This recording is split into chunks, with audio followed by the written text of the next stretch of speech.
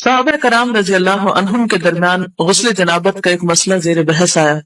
ایک گروہ کہتا تھا کہ غسل صرف دخول پہ فرض ہو جاتا ہے، انزال شرط نہیں، یعنی واٹر ڈسچارج جو ہے وہ ضروری نہیں۔ دوسرا گروہ بیان کرتا تھا کہ وجوب غسل کے لیے دخول کے ساتھ انزال بھی شرط ہے۔ یہ طویل مباحثہ کسی فیصلہ کن صورت پر منتج نہ ہوا۔ آخر قرار پایا کہ ام المومنین حضرت عائشہ رضی اللہ عنہا سے دریافت کیا جائے۔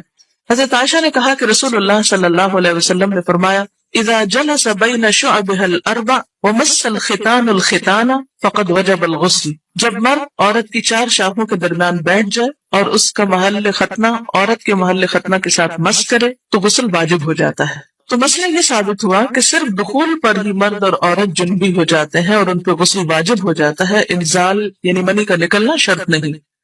جنابت کے احکام۔ وجوب غسل کی حالت کو حالت جنابت کہتے ہیں۔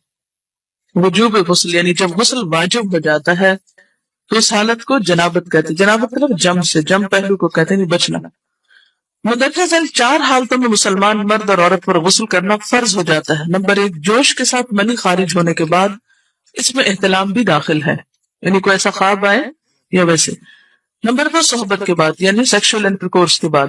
نمبر 3، حیض کے بعد۔ نمبر 4، نفاس کے بعد یعنی بچے کی پیدائش کے بعد۔